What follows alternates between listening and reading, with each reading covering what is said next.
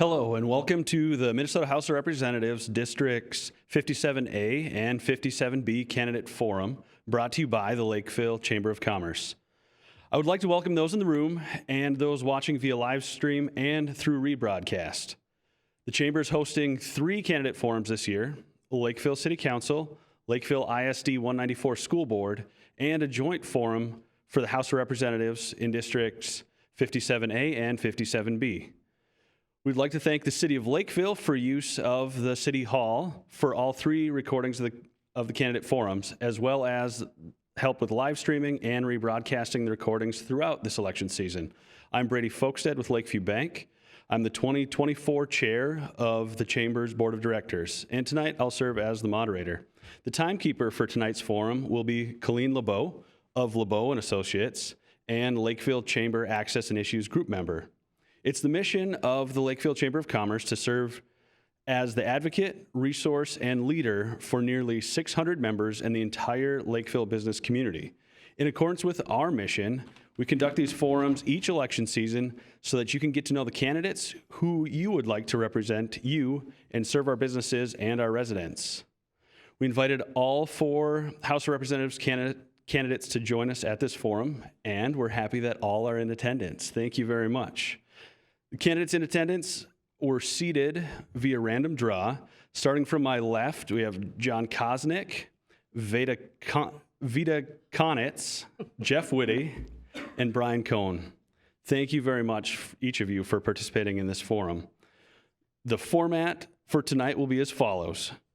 Candidates were sent a list of potential questions in advance, and we will random draw the questions, asking as many as we have time for, with the understanding that I, as the moderator, have the discretion to ask one additional question if I choose. To our live audience in attendance, thank you very much for being here. We will not be taking questions from the audience, so we encourage you to reach out to the candidates individually if you do have questions on topics that we didn't address and you'd like more information. We also ask that our in-person audience at City Hall please respect our candidates and our streaming viewers by refraining from noises and remarks that will disrupt the format and detract from the ability to meet each of our candidates. Each candidate will receive 2 minutes for introductions and opening remarks, 2 minutes to respond to each of the questions, and 2 minutes for closing remarks. Back to timekeeping. With 15 seconds remaining in each candidate's allotted response time, the timekeeper will hold up a yellow card. And when time has expired, they'll hold up a red card. If you continue past your allotted time, I'll ask you to finish your statement. With each new question, we will start with the next clockwise candidate. Each question will be directed to all candidates. This is a forum and not a debate. We do recommend that you use your allotted time to answer the questions as they relate to you and your candidacy, and not to comment or respond to any other candidate's answers. We also ask that you respect each candidate and their allotted time and do not make comments during or directly following their answer period. This forum is intended for us to get to know each of you and why you want to serve our community. Any questions from our candidates? All right, we can get going with the forum. First one is easy. Opening remarks. We'll be starting again to my left with John Kosnick. Let's begin. John, tell us a little about yourself. Thank you, Brady, and hello. My name is State Representative John Kosnick, and it's a pleasure to be here with the Chamber tonight. I'd like to thank my wife, Patty, and 2 daughters, and the community for their support. I'm running for re-election to continue providing leadership and experience that delivers results for you. I'm running on my record of delivering results. Results that support our police, fire, and troopers. I passed legislation that provides vital equine mental health services to first responders, literally saving lives in Lakeville and improving public safety. As the lead on economic development, I delivered results with funding to enhance job growth in manufacturing, improve industrial parks, and funding $7 million to resolve the rail car storage issue. I'm the chief author on plans to address transportation needs at County Road 2 in Elko and the County Road 50 I-35 project. Families will see results in enhanced child tax credits, nursing home funding, education funding, veterans designation, and same-day driver's renewals. all bills that I authored or co-authored. I'm asking for your support to stand up against Democrat socialists and the tired, old, and failed ideas like being soft on crime, increasing government spending, and increasing taxes with new programs that lack accountability, that lack common sense, and are filled with fraud. Looking over the last 2 years alone, it's time for change in Minnesota's legislature. It's time for a balanced approach and a transparent process that is missing under one-party control. We advocate for a true fiscally conservative manner to manage this state, one that respects you, the taxpayers, and puts us on a better path. I'm State Representative John Kosnick, asking for your vote to bring my leadership and experience to continue bringing results for this district. All right, and Vita. First of all, I'd like to thank Brady and Colleen and all the members of the chamber for the opportunity to speak today at this forum. I also want to thank you for your work to support our business community. Hello, I'm Vita Konitz. I'm a wife, a mom, and a grandmother, and a retired teacher after 44 years teaching high school science, 41 of them at Rosemount High, but also a year in Minneapolis and 2 years in Wisconsin. My husband Al and I live in rural New Market Township. Like many of you, we settled here because of the fine public schools. I'm running for the Minnesota House because I believe my district deserves better leadership. Leadership that will leverage the power of good government to improve the lives of all Minnesotans.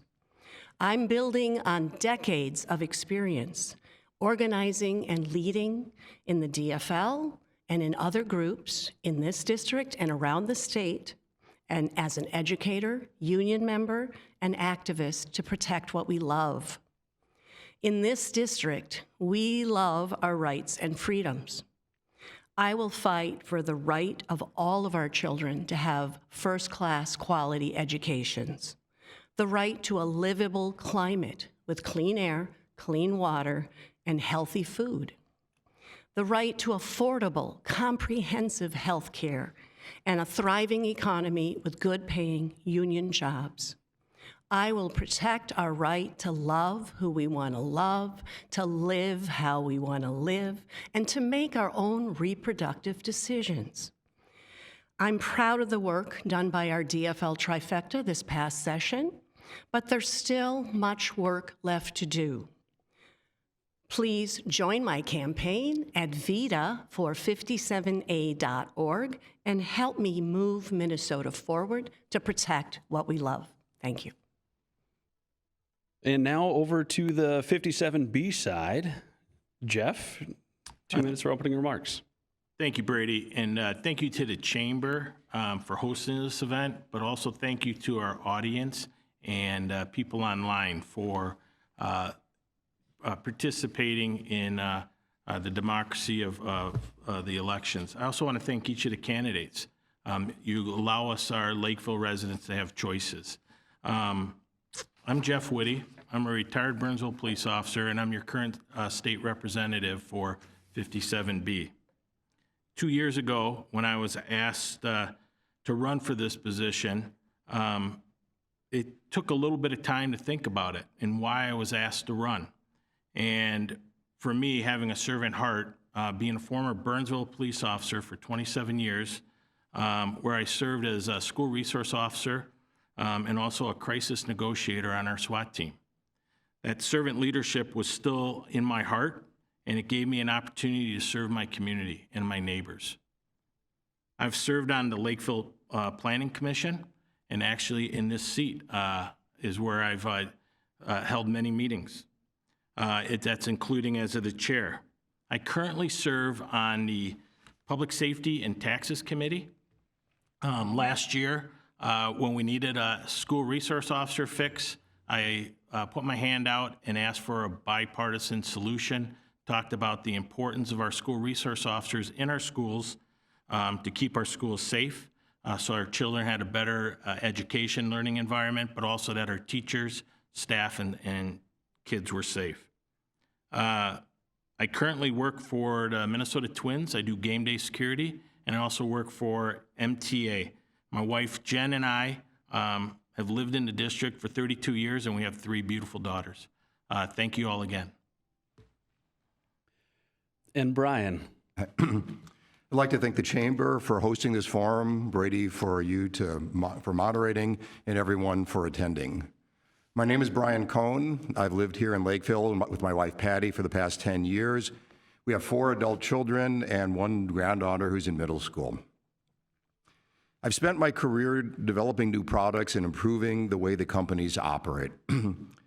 My parents taught me the importance of giving back, and I've done that through events like Habitat for Humanity builds, Cooks for Kids meals preparation. I've also been an active participant in professional societies and have a longtime passion for master swimming. I believe strongly in helping our kids and our grandkids get set up for success. We do that by investing in our public schools and making high-quality education accessible to everyone. But Lakeville doesn't just need good schools. We also need great parks and outdoor spaces for our families to enjoy. We need to make sure that our families can afford to live here by reducing the cost of living and childcare. We need affordable and accessible mental health care. We need to invest in our public safety and ensure that our first responders have the resources they need to keep us safe. We need to be free of worry that our loved ones could be victims of gun violence. And we need to keep our freedoms. The freedom to choose who we love, the freedom to choose if, when, and how to start a family, and the freedom to make our own healthcare decisions. We share common values here in Lakeville and across Minnesota. And I'm committed to working collaboratively as I've done throughout my career. From these common values, we want to identify problems, work across the aisles, and take steps to address them. Let's make progress together and improve our lives, and I'm asking for your support in this election. Thank you, and thank each of you for keeping to the time limit. That was great. Now we're moving on to the questions. Again, you all received the questions in advance, and we've been drawing them from the fishbowl over here. First one, it's going to go to Vita, and it's on environmental permitting. And the question is, do you believe Minnesota's current environmental review and permitting system is sufficient, or the current system should be modernized and reviewed for changes so permits are processed faster with clear and consistent timelines? Again, 2 minutes to you, Vita. Thank you. So some of this reform was accomplished in the last legislative session with a compromise bill that creates a more efficient and streamlined permitting process that will aid in the state's transition to 100% clean electricity by 2040. And I think this was definitely needed and will be very helpful in that transition. So I'm all for efficiency, but we have to be careful not to sacrifice environmental protections for short-term financial gain. We are already paying a very high price for an environment, for our water being contaminated with PFAS, nitrates, lead, mercury, and other toxins and carcinogens that have been released into our environment from industrial and agricultural sources. We must also consider cumulative impacts of our industries on our frontline communities that are already overburdened by it. So the long-term sustainability also needs to be considered, how we use our natural resources. Our groundwater, for example, if we do not start to manage that, looking at it regionally, there are parts of our state that are going to run out of water and need to find another source. So I say yes, we should look at permitting reform, but we must be careful that we are not bypassing very important environmental and health and safety reviews for our workers and our families and our environment, right? We want healthy food. Thank you. All right, now to Jeff. Thank you. Obviously, last session, there was a lot of debate on this. Time frames that are, if they're realistic, or what kind of pressures they would be putting on our electrical grid. As science has proven, I think the state should be working with businesses, not against them. And there's a lot of mandates that go on our businesses that make it difficult for them to be successful and run their business. We need to get into a system of not punishing those that are trying that are not compliant, instead helping them to be compliant. And sometimes with the complex issues and the permitting process, it can be very time consuming, and it takes a long time to get a project off the ground. We need to make reviews more timely, and don't keep moving the goalposts on our businesses as they achieve these goals. One of the great things I heard is our farmers are great stewards of our property, and I'm proud to be endorsed by our Farm Bureau. But last session, we heard how much their family farms were being under attack on all these different regulations. And we saw precious land become areas just for solar sites. And this is our Minnesota land. So I do think we have to look at some of these regulations. We're probably one of the most overregulated state in the country. Thank you. Thank you, Jeff. Brian? Thank you. They say that we do not inherit the earth from our ancestors, but that we borrow it from our children.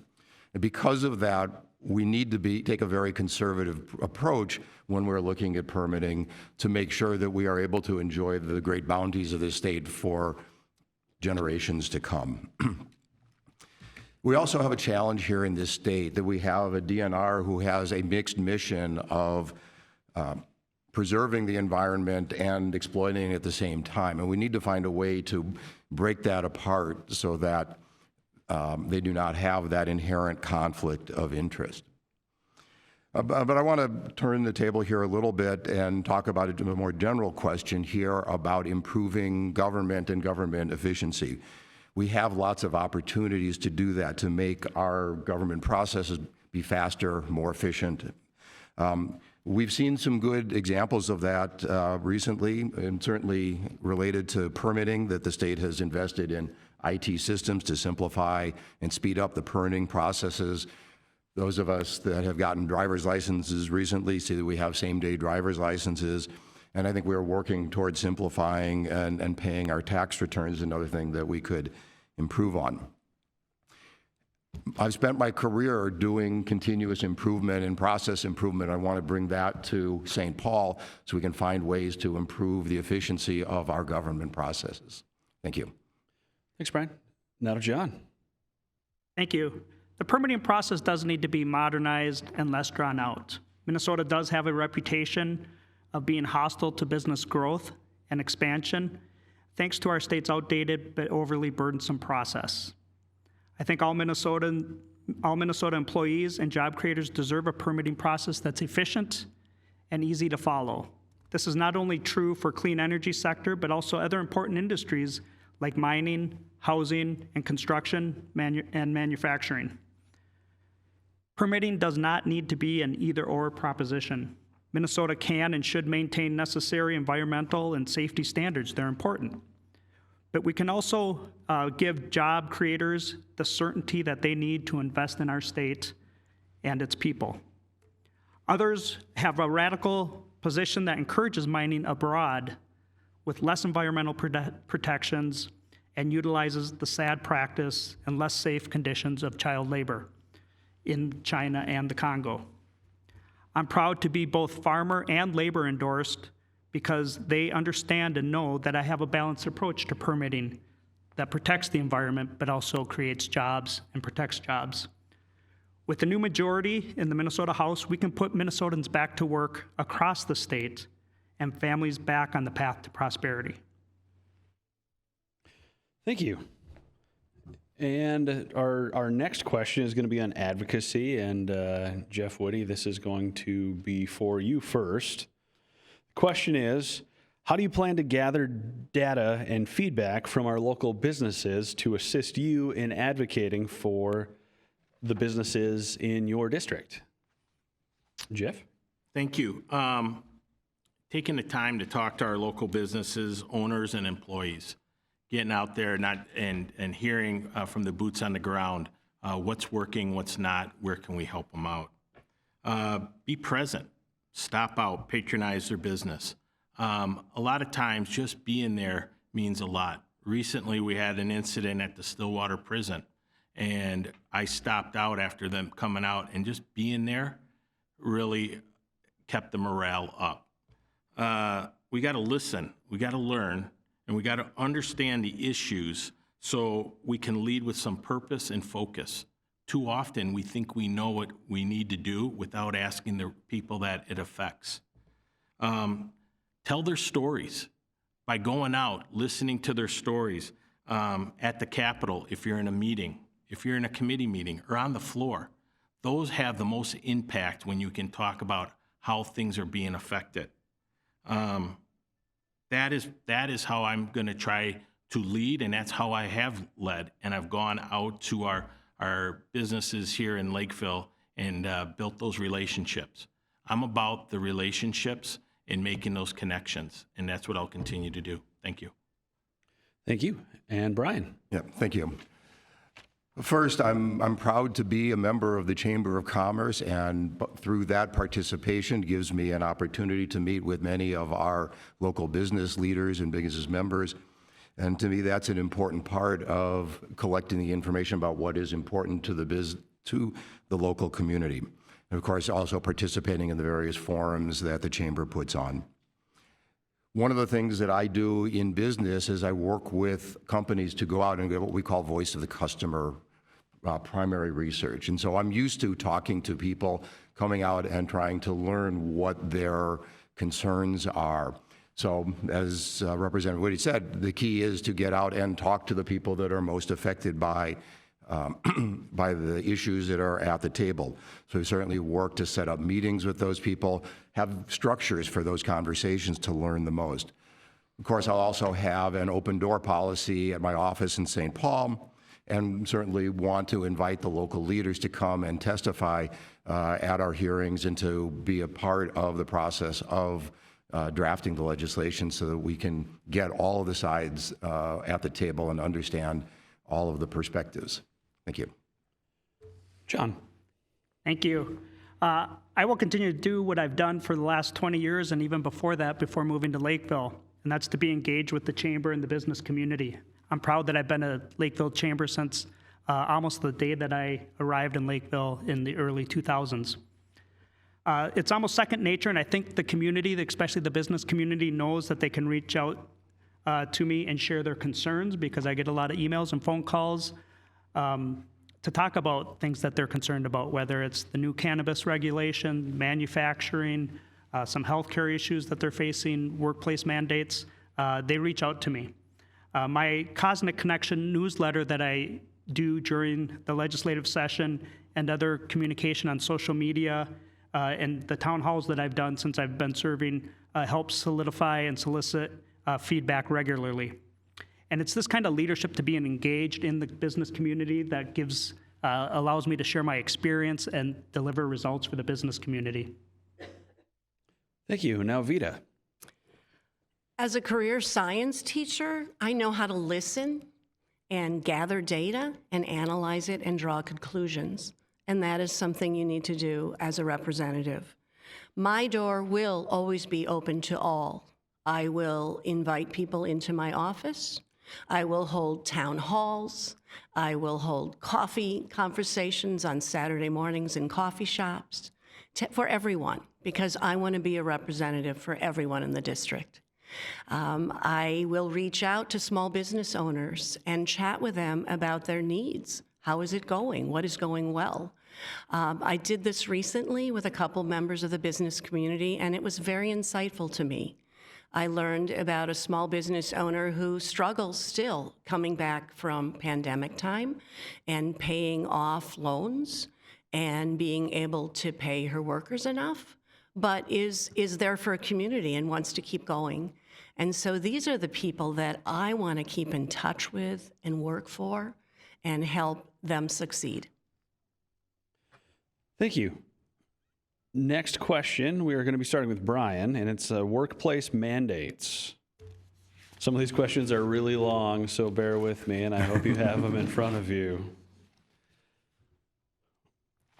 All right, Brian, here it is. Do you think that state-imposed workplace mandates level the playing field between large and small employers? Do you think that the state should play a role in these types of competitiveness issues?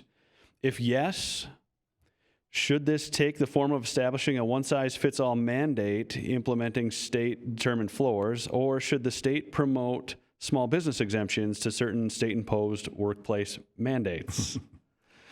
Brian, 2 minutes. 2 minutes. It took you 2 minutes to read the question. Pretty much. When there are things that we want as a benefit to be available to everyone in the state or in the country, we have seen, unfortunately, that the free market system is not effective in doing that, and that we need to take on public programs in order to provide those benefits to be universal.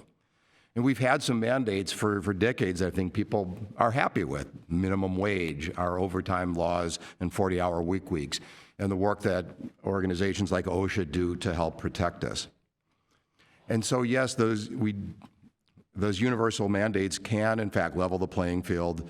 And in fact, at times it can make it more attractive for small employers. There's some things that large employers can provide that may not be economically as viable for small businesses, but when it becomes a requirement, that they can do it. But when we have those times, we need to also help our small businesses with the extra costs that they would have to take on. So we've seen it with the subsidy that we have for small businesses to support the parental leave policy.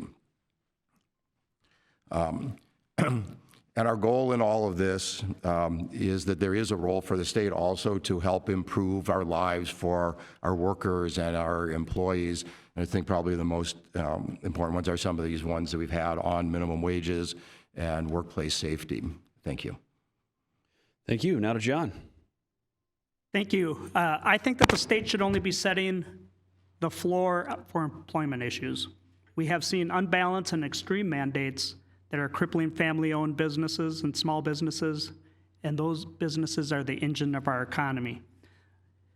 Large corporations do typically offer benefits and protections that help attract the workforce they need, and they innovate on their own to provide those benefits, and the state doesn't always need to be involved in it. Many of the policies passed without good, transparent process lack the balance that understands the difference between businesses with 500 employees and a small business with 5 employees. The state needs a Republican House that will give Minnesota the common sense approach to help our economy innovate and that will allow families to thrive. Vita. Well, I think it depends on what the mandate pertains to. Every worker deserves a safe environment, safe working conditions, proper training, proper equipment to keep them safe. Every worker deserves the right to collectively bargain and to get a fair wage. So those kinds of mandates I think we need and must continue.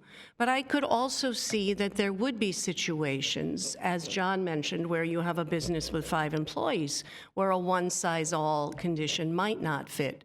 So when I'm in office, what I would do is look at the data and see if this is a situation where maybe there needs to be an extension or an exemption or something that would help that small business survive, because we don't want to throw them under the bus, right? We need our small businesses. They're vital to our community, but we also need to protect our workers and their rights. I am union endorsed, by the way, by several unions, and strongly support fair wages and don't want wage theft. I want to make sure we have good working conditions. Thank you. Thank you. Now, Mr. Whitty.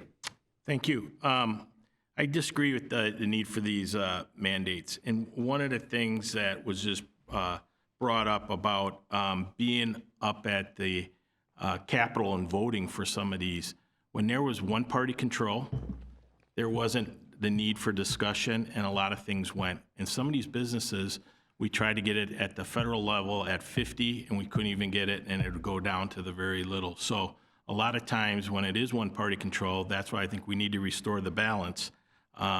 You can have these discussions, find common ground, and talk together. We still need to be mindful of the cost. We have no idea how much a lot of these mandates are putting on our businesses right now. Recently, I talked to a business here in Lakeville who's a restaurant. The mandate of earned sick and safe time, which is a good thing, is costing them 3%. Their insurance costs are up. The inflation for the food cost is up, and their foot traffic's down because families can't come in. What happens to those employees when that owner has to shut down? We've seen it in restaurants in St. Paul and other places. I used to work for Ace Hardware, the place with the helpful hardware person, and it was a great job to meet people in my community. But the one thing I did was, working for the Minnesota Twins, every spring when the kids came back from college, the owner, who's local, didn't have to be told by the government. He gave me the summers off, and when the Twins were out of the playoffs, and that was usually in September, unfortunately, I was back at Ace. So we made it work without the government telling us what to do. So I think it always sounds good, but these mandates are crushing our business, and especially the last session, our small businesses. Thank you, and thank you all for your time management. This is going quite well. Let's keep it up, please. John, this question is going to be coming to you first. It's on surplus. So last session, there was a surplus. If Minnesota is faced with another surplus during your term, will you prioritize tax relief, or are we going to invest that into more programs? If your answer is government programs, what are those priorities? John? Well, the short answer is tax relief. That's one of the main reasons that I became a member of the tax committee again. And in fact, the state is facing a structural deficit of $1.5 billion. Our spending is exceeding our revenues. In 2023, Democrats spent through the entire $18 billion surplus and raised taxes on Minnesotans another $10 billion.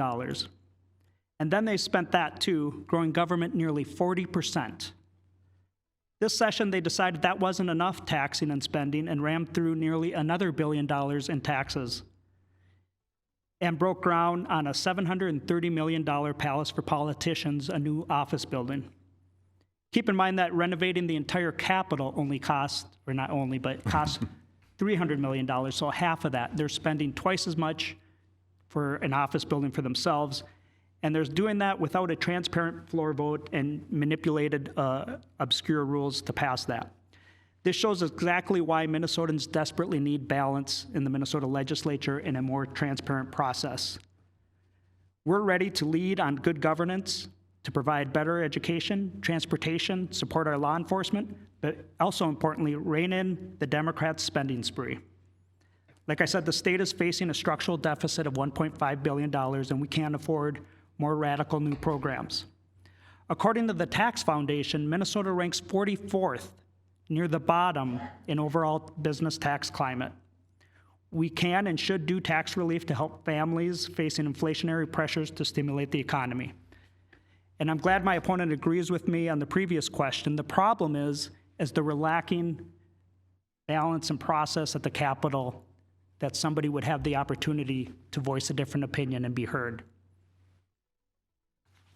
Thank you. Vita?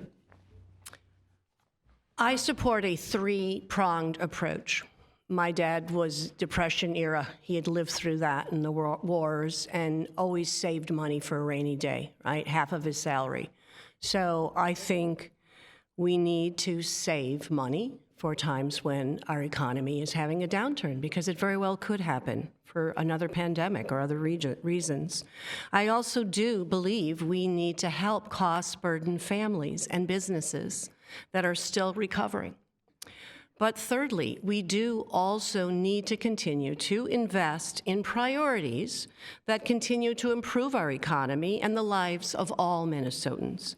For example, the child tax credit that was recently enacted will lift a third of our children out of poverty. That's the kind of tax cut I want. I also support eliminating taxes on Social Security benefits for all seniors. We did it for a portion of them, low income, but it's time to do it for all seniors. I support continuing tax credits, loans, and grants for small startups and small businesses. I printed out 2 pages worth of programs that we have in Minnesota to do just that. I support that. I also, after having a conversation with a business owner, would love to look into a new tax credit for businesses. You know how businesses are always asked to sponsor the local team or the local club for their schools? How about we make that a tax credit for a business so that they are free to help the community and not feel pressured like they can't meet their bills or pay their employees? Our high quality of life in Minnesota is possible because of the investments we've made in infrastructure, public education, health and human services, and protecting our environment. We must invest wisely in programs that benefit us all and provide vital services that lift everyone up while making sure they're transparent and accountable. Thank you. Jeff. Thank you. I believe in tax release and cuts to relieve some of the pressures off our families and businesses. As John said, there's a $730 billion or $1 million palace for politicians being built right outside my window. They took care of some trees, a park, and the one interesting thing is you go to St. Paul and you serve your community for 5 months. That's how this was all sent up to be. But I'm better served not in a big palace like that, but at the front doors, door knocking, talking to my neighbors, hearing what their issues are. And the one thing I keep hearing is inflation, the cost of the grocery bill, the cost of their medical. I was at a door of one of a senior citizen who's lived in their house for a long time, but they're feeling the pressure because of a medical incident. We all made promises last time. We got to keep our promises. The number one promise was eliminate the tax for Social Security. And we got up there, and that tax, Governor Wall said it, the Democrat Party, we did on the Republican, and we only went so far. And it's those people's monies, and those are the ones that are feeling the biggest effect from inflation right now. They're on a fixed income. The true costs have not come in front of us yet, and I've said that before on all that spending that we have. Our businesses have an uncertain predictability, which makes it very difficult to do their business in this climate. So I do believe that we have a budget, but in Minnesota right now, we have a spending problem, and until we get that under control, we can't do the tax cuts. Thank you. Brian.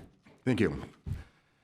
I run a small business, and we've had strong years and lean years. Last year was a pretty strong year. We've had lean years. We dip into our savings a bit, and we have strong years. The first thing we do is set money aside for that rainy day. If we have something left over, we might take on some one-time investments. So we've replaced our driveway. We're going to replace some windows. But we didn't take on any debt that was going to go on for years and years and years. And we need to do the same thing at the state level. I think as John has said, we do not have a structural surplus in our state budget. So we shouldn't, I'm not going to advocate for long-term spending that we need to go year over year. So the first thing at the state is, again, let's make sure we have our rainy day fund filled up. If we have money left over, then we should take on one-time projects that we would spend the money and would help, especially things that build up our infrastructure, like accelerating the construction on our roads and our bridges, improving the buildings in our great park system, investing in broadband for the rural communities, and building a more robust EV charging system so we can accelerate the transition to green energy. Thank you. Thank you. And the next question here will be first to Vita. It's on healthcare. The question is, do you think we need a state or federally run public healthcare option available to all people that can compete with healthcare policies offered by private insurance companies? Or do we need to reduce mandates and taxes on health insurance policies and allow individuals and businesses to design plans that best fit their needs? Vita. We just did a forum on this last night, and it was well attended. Our legislature commissioned a study to take a look at just this. What would be the cost of a universal, comprehensive type healthcare system that would cover everyone in all medical expenses? with no copay, no deductibles, and would not tie workers to their employers. Wouldn't that be wonderful? So there's a study being done right now. I'm very interested in the results. I will be interested in seeing the results because our current system is quite broken. It leaves far too many people without insurance or very underinsured, where they have high deductibles and copays and can't afford to use it. Medical debt is the #1 cause of bankruptcy in the United States. And you know, we pay more for health care in this country than pretty much any other industrialized country, and we have worse infant mortality and lower life expectancy. So we're not getting what we need for our money with the current system. 34% of our health care cost does not go for health care.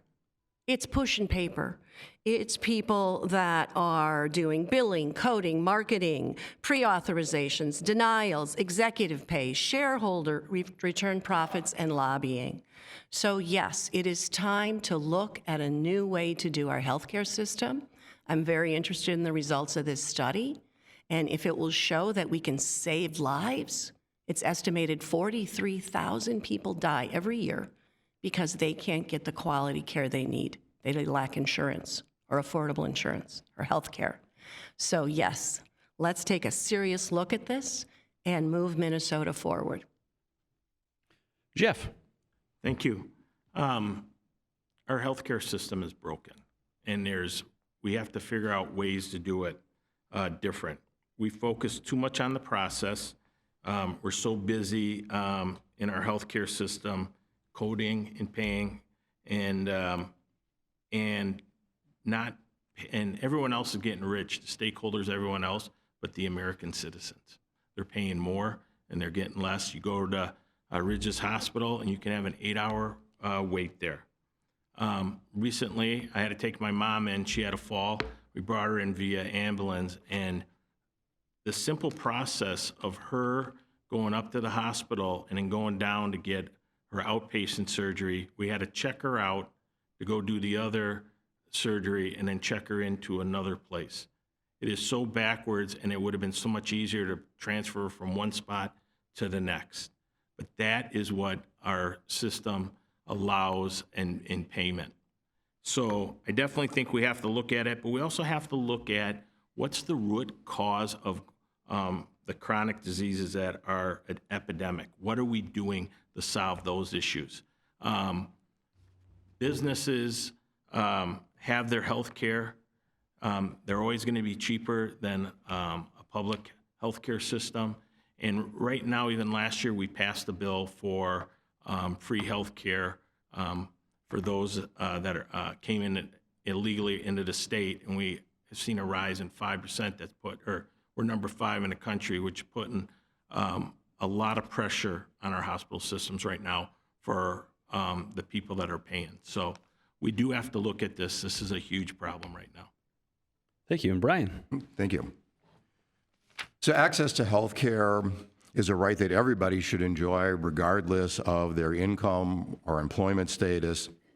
And in the long term, as Vita has described, I do believe that we should get to a single-payer system here in the United States. I was listening to an interview with Justin Trudeau from Canada, who said it's a 20-year journey to get there from here. So we need to think about what it is that we can do now. Mr. Whitty had described that government programs as being less efficient, but we know that the administrative costs of Medicare are far lower than our private insurance plans. So we know that it is possible to have an efficient government program, and that we will eventually need, I do believe we'll eventually need to go there. In the short term, what I'd like to see most is some help for our individuals and small business owners to be able to take advantage of the Minnesota Healthcare Plan, or MinCare, so that they can take advantage of that lower administrative costs and get a more effective program. Now, we do need to make sure that they are paying enough into that system so that we can reimburse at rates that are comparable to our private plans, as opposed to the very low reimbursements that our Medicaid patients, even Medicare, pay. We also need to make sure that our insurance regulations ensure that reproductive health care and mental health care are truly at parity with other health care, and that decisions are always made between doctors and their patients. Thank you. Thank you. Mr. Kosnick. Thank you. As far as a public option, I would vote no. Establishing it would cost about $500 million. Even Governor Walz's own Commerce Department sent a letter to the legislature that said a public option is not ready for prime time. That because we have a lack of balance and ideas and approaches, it was rammed through, and we have this study, but even the governor said it would not be ready for prime time, and we've got an out of balance and waste of money. But even further than that, there were Democrats that did not agree with the public option either, and they can't even decide completely how to proceed with a public option or whether we should or not as well. I would advocate for less mandates and more private market options that fit Minnesotans' needs, that fit business owners' needs to provide those benefits to their employees. A public option will also cause hospitals hundreds of millions of dollars, and also the clinics a lot of money. We will see hospitals close and clinics close, and you will have less options with the public option. Thank you. Next question is on workforce, and it's going to be going to Jeff first. The question is, attracting and retaining workers is a top priority for businesses in our community. Employers are increasing wages, investing in training, creating flexible work schedules, supporting housing and childcare, and efforts to recruit and retain workforce. How will you support employers and help create solutions related to workforce challenges? Thank you. Obviously, going out and talking to the business owners and the employees and learning and understanding the issues. Once again, I think that's how you're able to lead with a little bit of focus and purpose and see what the strains are on them. And a lot of times a bill comes from people that are living in the situation. And that's the best way. It doesn't have to come from St. Paul trying to figure out how it fits. We need to repeal and cut some regulations. It's making it tougher on businesses to be successful.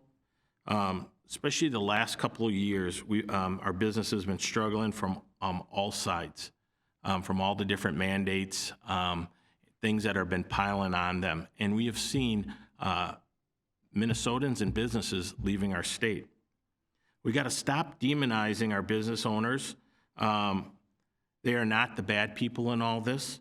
They love and they invest so much in their employees and our Lakeville community. And I think those are the steps that, as we go through, and just being present. So thank you. Thank you. And Brian. Thank you. We best support our employers and our businesses by ensuring that we have a great pool of workers that can fill those jobs that they need. I work with a company that has opened a facility down in Faribault, and they're struggling to find the people to fill those jobs. They just don't exist down in that area. So we need to do things to make sure that we are bringing the people into the state for that. And to me, it's a really kind of a two-pronged approach. First, we need to make sure that we are continuing to support our great public education system to make sure that we are training all of our students so that they are ready to take on those jobs of the 21st century. We also need to continue to make Lakeville and the state an attractive place for people to come. They generally don't come here for the weather, so we need to find other things that keep them here.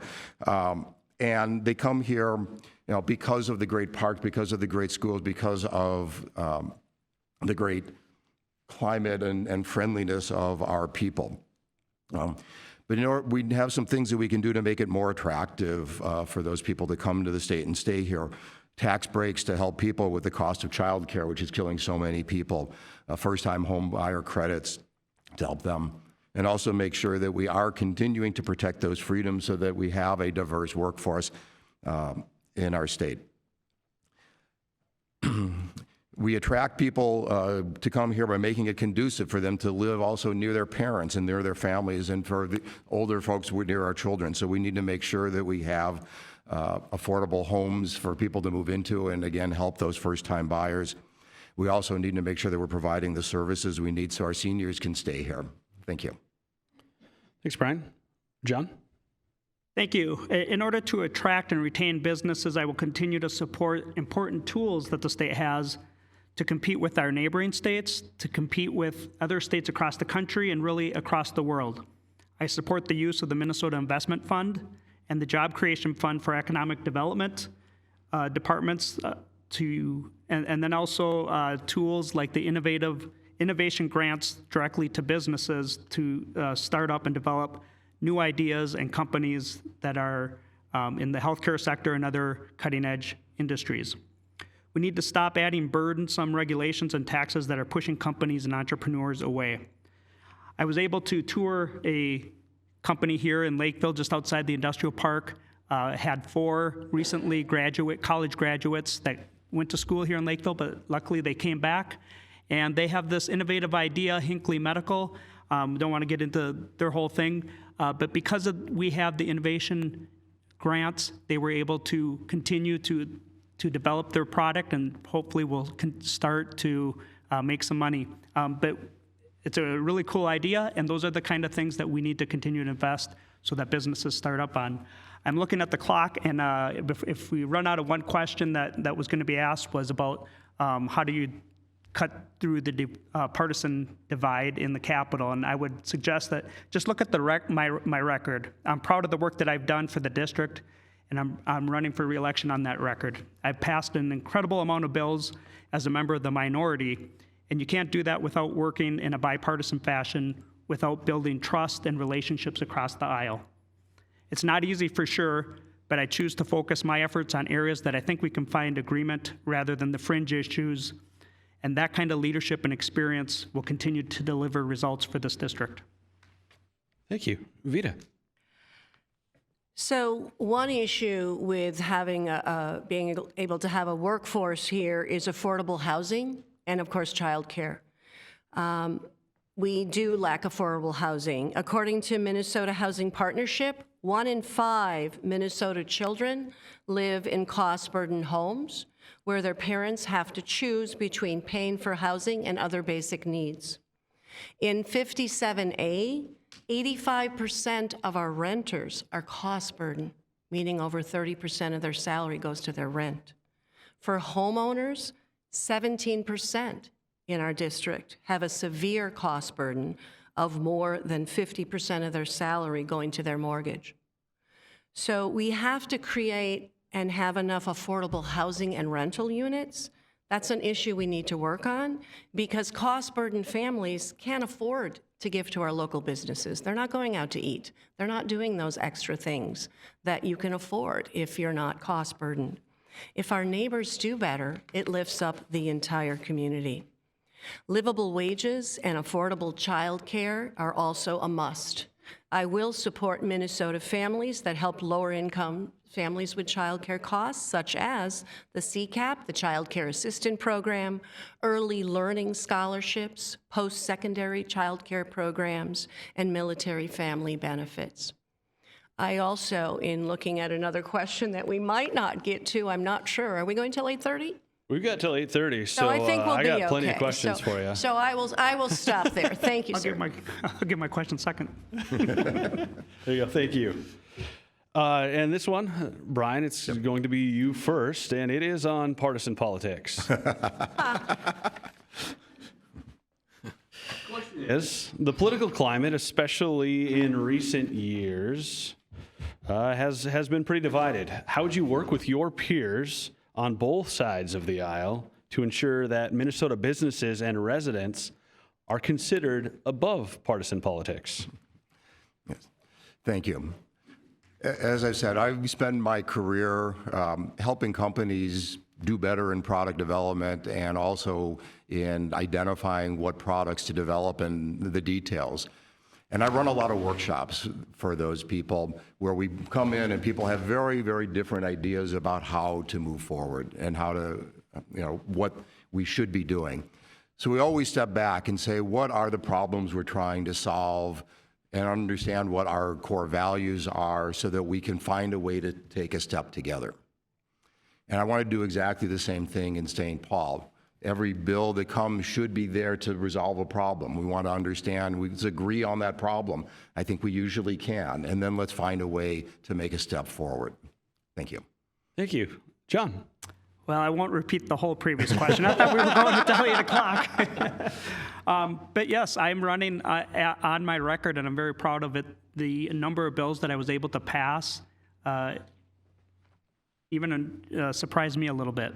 And that is, over time, you invest in the relationships across the aisle and find things that you can agree on that actually help your district and not work on the fringes. And so contrary to what the public perception might be that we never get anything done, the process does matter, but you need to understand the process and how to work that process with leadership and experience. I've been able to navigate significant bills and have them passed into law that benefit our district, and I will continue to do that. One of the bills is for a public safety training facility here in Lakeville. The city still needs to do some work on that, but I was able to get $7 million. Actually, Representative Whitty was the chief author. I helped design the bill and co-sponsored it. Another bill was for the rail storage issue here in Lakeville. Even being in the minority in a trifecta, we were able to get this bill passed, and I authored it to help address that rail storage issue in Lakeville. The city, again, still needs to do the final work on that. But that's an economic driver that's going to help the entire region, really, and the industrial park. And the results that I have supported, like I mentioned, one of the bills that I'm very proud of is the equine mental health bill. That was something that wasn't brought to me by a lobbyist or any particular special interest. I met with constituents and listened to some needs that they had and what they were doing. And I was able to help first responders, not only in Lakeville, but unfortunately in the Burnsville horrific tragedy, many of the South Metro first responders were able to seek some help and with their mental health and trauma based on that issue. So thank you. Thank you. Vita? Well, I'm running to be a problem solver, a solutionary, someone who is there to put the needs of the people and the ecosystems that we rely on over partisan politics. And also over moneyed interests. There's going to be a lot of lobbyists marching through the Capitol, and we need to be able to stand up to them and say, we're working for the people, because that is who we are working for. I'm not working for the DFL. I'm not working for any party. I'm working for you. So we need to listen to each other respectfully, and then think through the lens, Italian person here, think through the lens of our own values, right? And make decisions that are sound decisions that are going to be what we feel is best for our state. I do have experience with this. I'm a trained citizen climate lobbyist. I have been many times to Washington, D.C., and reached across the aisle to members of Congress from North Dakota, from Texas, that were very, very strong Republicans, but we were able to find common ground, common value, and talk about the need for a livable climate. And I think that I can do the same thing at the Capitol, that we will find our common values, and we will work through and find solutions. As an educator, of course, I had to be partisan in the classroom, right? We're teaching data, we're teaching facts. We need to make decisions based on data and facts, and also that reflect our values. But we do it best when we work together. We find the best solutions when we work together, which means reaching across the aisle. Thank you. Jeff? You don't get anything done if you're on the far right or on the far left. And I try to work in the middle. I've earned a reputation for reaching across the aisle to find solutions. 2 weeks into the session, the first bill that was given to me was on finding data for carjacking. We had a problem with carjacking after the pandemic. I went over to Representative Edelson from Edina, and their city had a huge problem, and she grabbed my hand, being a part of public safety, and we got our bill passed, and it then led to legislation on crimes. And the great thing about it is, I was just at the MPPOA Violent Crime Summit, our carjacking stats are down. Last summer, we had an issue of the fix, the school resource officer went through education. There wasn't a transparency piece to it. Law enforcement brought to me. And so with that, I just kept asking for a bipartisan solution. 44 legislators said they knew what they were doing. We ended up coming together, making compromises, working together. I brought my caucus and law enforcement across, and we found a solution to keep our schools, teachers, and our kids safe. I'm a servant leader. I'm serving my community. My door is always open. I will talk to anybody to find common ground, and I've done that on multiple occasions. There's people on the left that have come and talked with me. I don't even serve in my district, but I listened to what problems they had and tried to look for solutions. I joined the Suburban Solutions Caucus for that purpose. Instead of attacking what's wrong, look for that common ground solutions. When I was a police officer, you had a 911 response. It didn't matter if you supported the police, hated the police, or were indifferent. I still showed up at your house. I'm proud to be the police chief's legislator of the year for the work that I did on the school resource officer, but also with the League of Minnesota Cities distinction of legislate. You don't get that done by yourself, but as a team member. Thank you. Next one, school support, and we're going to start out with John Kosnick on this one. Question, how will you support school districts to ensure that all students receive educational and experiential opportunities which prepare them to be successful in the workforce or in furthering their education post-graduation? John. Thank you. Well, I think it's a great idea to provide students with experiential learning opportunities. That's how I probably learn best. And we should demand that students are workforce ready when they graduate high school. But ensuring or enabling that is the job of local school boards. I support helping schools with more unrestricted funding. Schools have different needs, and the legislature should not be a statewide school board. Under Governor Walz, literacy rates have dropped by 16%. We need to not only get our students back on track, but help them get caught up after years of learning loss. In the last 2 sessions under Democrat control, the state has taken away decision-making powers from local educators and school boards.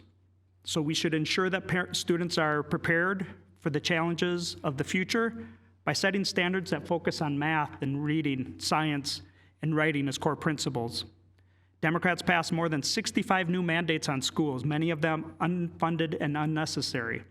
Republicans offered a plan that, under the exact same amount of spending, the funding without the mandates would have increased funding to the Lakeville district approximately $5 million. And so if they would have listened to the balanced approach, maybe there wouldn't be the $4 million tax levy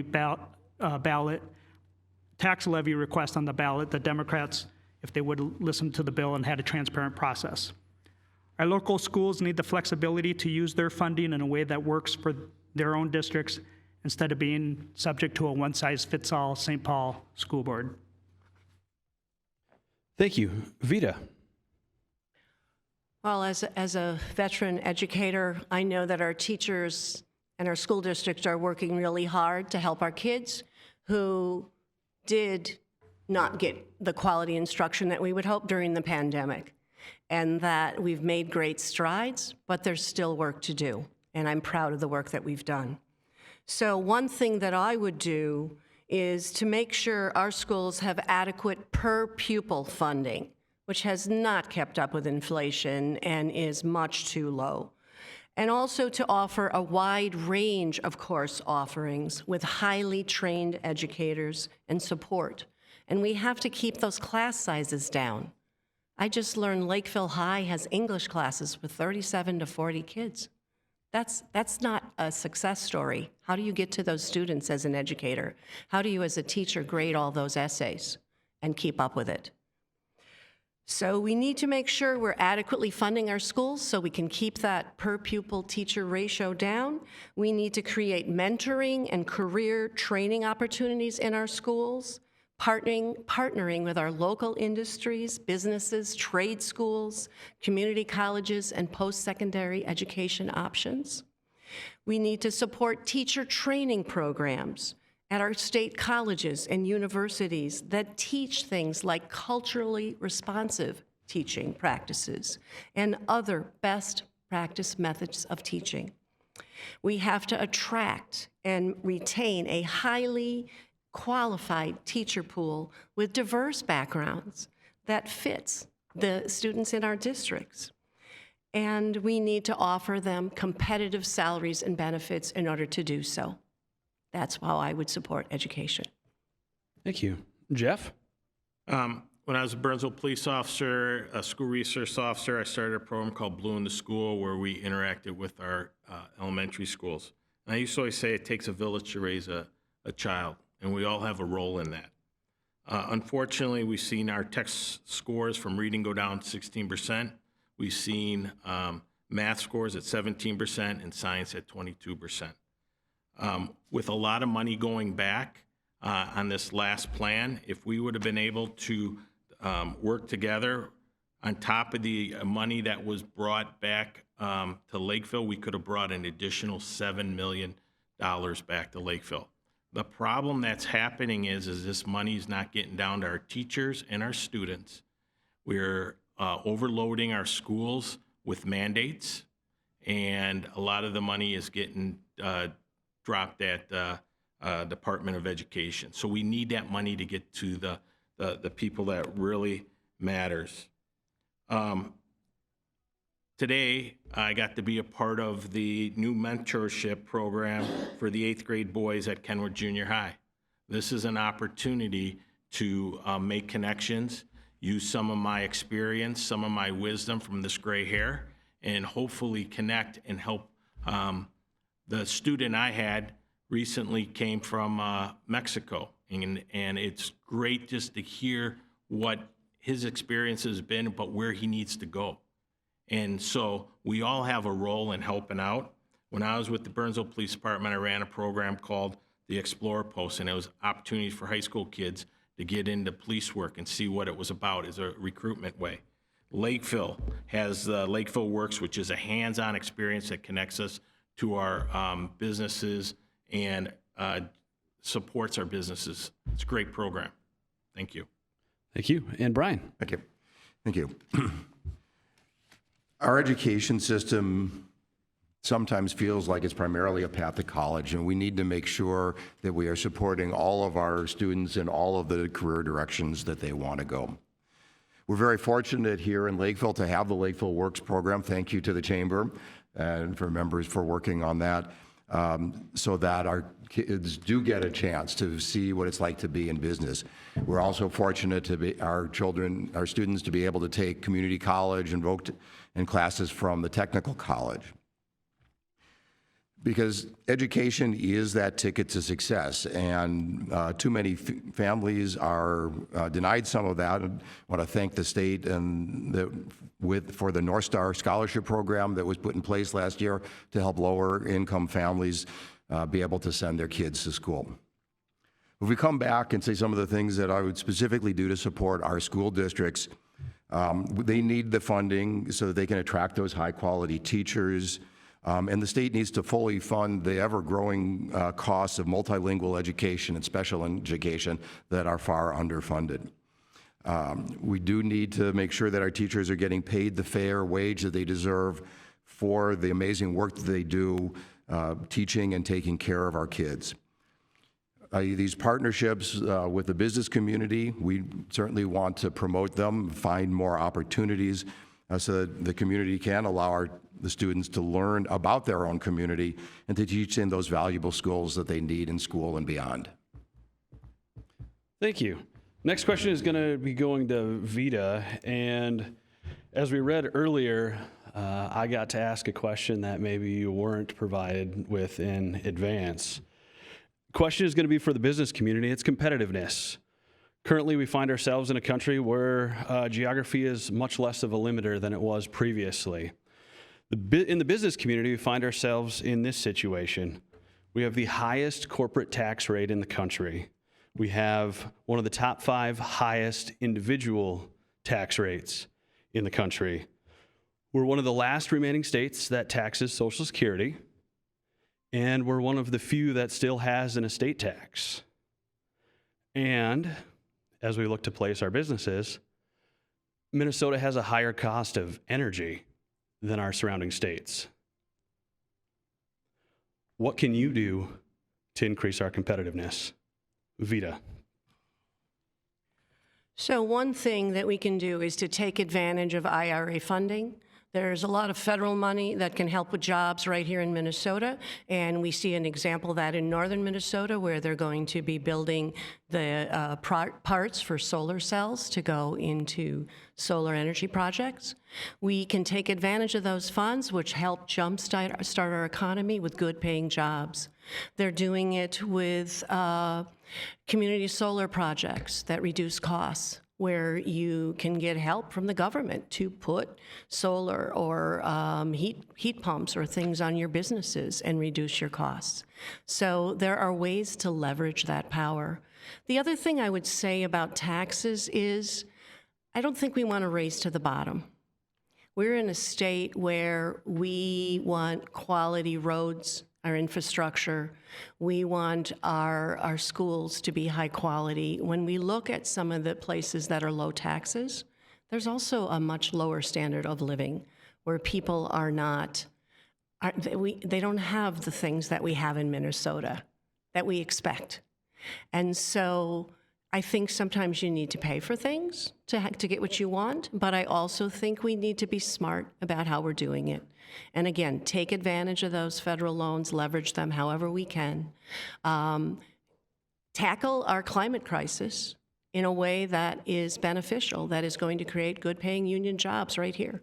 I think that's a big part of it. We've got to have the broadband so that we can have those industries all over our state. There are some extractive industries that are not going to be as beneficial, that are going to leave behind huge piles of toxic stuff for us to clean up. So we need to be smart about it, but I think that we can keep moving Minnesota forward. Thank you. Thank you. Mr. Whitty. Thank you. First of all, we got to reduce our spending. Once we can reduce some of our spending, get that under control, we can cut taxes. One of the things I found very unique when I got up to St. Paul and I was on the tax committee, about 50% of Minnesotans pay tax and the other 50% don't. So it goes on the backs of a lot of Minnesotans and a lot of businesses. And our businesses, we got to quit demonizing them, and we can't keep saying that they have to pay their fair share or other people their fair share when across the board, some people don't even know the effects of what the taxes on them are costs. We got to reduce the stress on the families and the businesses. They have so much going on them right now, and just look and listen to our businesses. You go out there and you ask them how they're doing. They got mandate after mandate, and we do still not know where the end of that cost is going to be. It could take us over a cliff. And so that's what I would recommend is get our spending under control, because as a state, families and businesses are living within their budgets, and it's shrinking, and we just keep spending. Thank you. Thank you. Mr. Cohen. Thank you. I guess I see their picture of our economy here in Minnesota a little bit differently. We are ranked by U.S. News and World Report as number 4 place in terms of attractiveness for people to settle and in terms of livability. We are home to 19 Fortune 500 companies and private giants like Cargill.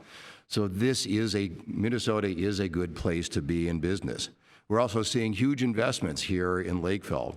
We don't see them moving out of state.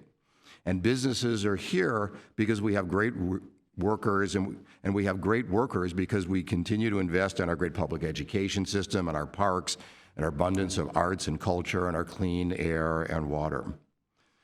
And I think to keep our businesses here, we need to continue to attract people, and we attract those people by making it, again, conducive for them to live here, live with their parents, live with their children.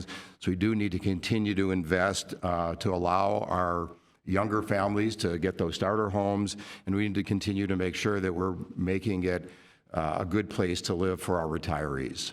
Thank you. Thank you. John? As I mentioned earlier, the Tax Foundation ranks the business climates and a variety of other factors, and Minnesota ranked 44th out of 50 to the worst business tax climate. Your question is about competitiveness, and if you're starting a new business or you get to be a large enough business, you're going to move away from Minnesota. We can deny it, but it's happening.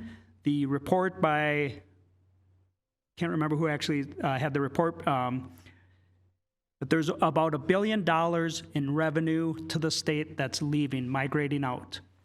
And we can deny that people are moving. I know firsthand there was a family in Credit River. So when the boundaries reshuffled and were redistricted, that family had already moved, so I lost a voter or two.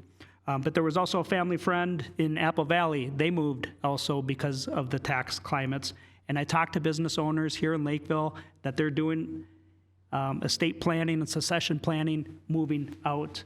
If you go down to Florida, there's a little cottage industry of tax accountants and lawyers that are picking on Minnesota snowbirds and teaching them how to shift their assets out of Minnesota for tax avoidance. And so we can't deny the fact that our business climate is not friendly to business. It's hurting our schools. It's hurting the revenues that we have. We may have a housing boom here and a population growth in Lakeville, but that's not going to continue to be enough to help our state grow. And so one other thing that I would suggest for being competitive for businesses that are in Lakeville or in the area is to utilize the Minnesota Trade Office. I sat on their board a couple terms ago, and they can provide assistance if you're looking to be competitive and move in other areas. Thank you. And thank you all for joining us today. We're going to actually now move into the closing remarks. We'll be starting with Jeff here. So in keeping with everything else, we have 2 minutes. Jeff, you've got the floor. Thank you. You didn't even ask the best question out there. Thank you all for being here, and thank you for holding this forum. It's been an honor to serve all of my neighbors in Lakeville, and we need to restore the balance, the common sense, and integrity. My door is always open, and I'm always willing to listen, learn, and understand to find common ground for solutions. I'm proud to be endorsed by the Minnesota Chamber of and the Minnesota retailers. The House of Representatives seat is the people's seat. I will represent 45,000 residents of Lakeville. I will continue to work every day in St. Paul to make sure Lakeville remains a safe place to live, work, and raise a family. I'm Jeff Whitty, and I humbly ask for your support so I can bring our Lakeville values to St. Paul. Thank you. Thank you. And Brian, your closing remarks. Thank you. I'd also like to thank the Chamber for hosting and for everyone who is attending or watching. Our Constitution begins with the phrase, "we the people," to remind us that we live in a representative democracy and that we collectively are our government. We've seen different visions about how we, embodied by our government, want to move forward. This election, therefore, is about deciding what our Lakeville values are and how we want to use them to move forward. I've talked to hundreds of people at the door this year, and what I hear from them is their core values are around helping our kids get off to a strong start with a great education, being a family-friendly community, enjoying the tremendous open spaces we have here in Lakeville and across the state, being safe in our homes, on our streets, and in our schools, and having the freedom to live our lives and make our choices without political interference. I'm running to represent our great community and to work from our common values to build an even stronger community. Please start by voting this fall. You can vote early in person at City Hall, by mail, or at your polling place on Election Day on November 5th. Together, let's keep Lakeville special. Thank you. Thank you. John, 2 minutes. Thank you. And I would like to thank the communities in the district for the opportunity to get to know them and to serve your families. But across the state and country, we have a polarized electorate. I'd like us to remember that we share many of the same values and we have good people running, but we have different approaches to realize our hopes and live better. Well, it's no surprise, and I don't apologize for being a fiscal conservative leader. I have worked hard and bring leadership and experience that produces results for our state and our district. But I also respect the ideas of others that have different positions, but focus on the work that we can get done, and I have the results to show it. Nonetheless, our state is in desperate need of balance in both policy proposals and reforms for a more open and transparent process. Retiring Democrat Representative Pulowski recently said it would be a good thing for Minnesota if Republicans take back the House.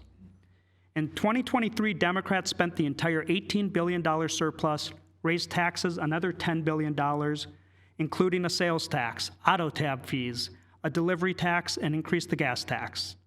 They increased government spending by nearly 40%, and then came back last year adding close to another $1 billion in taxes in the last minutes of session without giving anyone the time to see a copy of the final 1,400-page bill. That's sad. Our state is at a crossroads, and the abuse to the legislative process to push a partisan agenda that increases the cost of living for all Minnesotans and makes your life more expensive and less affordable is something we should all be ashamed of. I'm asking for your vote to bring a balanced approach that will create a better solutions and better serve all Minnesotans. I look forward to keep fighting for you to put Minnesota back on the right path. Together we can realize better lives, more prosperity, and a hopeful future for those that come behind us. Thank you. And Vita. I want to once again thank the members of the Chamber and you all for being here today in this forum. I'm Vita Konitz, and I want to work for you in the Minnesota House. I'm running for Kate and Andrew, small business owners in Elko New Market who provide food and medicine in our community. For Tim and Brent, farmers in New Market Township who care for the soil that will continue to feed us all. For Aaron and Brittany, teachers in our public schools who make sure our kids get the very best education we can offer. For Kay and Debbie, who volunteer many hours to protect our pollinators, reduce toxic waste, and leave our kids and grandkids a healthy and safe environment. For Brad and Luke, with the Lakeville and Scott County Police Departments and all our public safety workers who keep us safe and deserve our respect and support. For Katie, Laura, and Cadence, my daughters and granddaughter, that their ability to make decisions about their futures and their bodies is respected. And I'm running for you, the voters of 57A, to protect what you love and to continue to move Minnesota forward. My experiences as an educator and a proven leader in our community and our state have all prepared me for this moment. I will work for you. I will listen to you and stay connected to you. I will reach across the aisle for common sense solutions that benefit us all. Because when our neighbors are able to have healthy, productive lives and get the health care they need and be housed and fed, and our communities are safe and welcoming for all of us, we all benefit. I'm Vita Konitz, and I humbly ask for your support on or before November 5th. Thank you. And thank you all. On behalf of the businesses and residents of Lakeville and the Lakeville Chamber of Commerce, I would like to thank each candidate once again for your desire to serve and for participating in our forum tonight. In 57A, we have candidates John Kosnick and Vita Konitz. Sorry. And on the B side for 57, Jeff Whitty and Brian Cohn. Thank you each for joining us. I'd also like to thank the City of Lakeville and the staff for use of the facility and helping us record these forums. As a reminder again, the Lakeville Chamber of Commerce is hosting 3 candidate forums this year: Lakeville City Council, ISD 194 Board of Education, and this forum for 57A and 57B in the Minnesota House of Representatives. All candidate forums are being conducted and broadcast live with rebroadcast on LGTV channel 180 on Charter and on the City of Lakeville and Lakeville Chamber's YouTube channels. You may contact the Chamber at 952-469-2020 for the link. An important announcement at the end here: the Lakeville Chamber of Commerce has not and will not endorse any candidate in this year's election. On behalf of the Lakeville Chamber of Commerce Board of Directors, I want to thank you for watching, and please remember to vote Tuesday, November 5th. Thank you all. Thank you for watching, and have a good evening.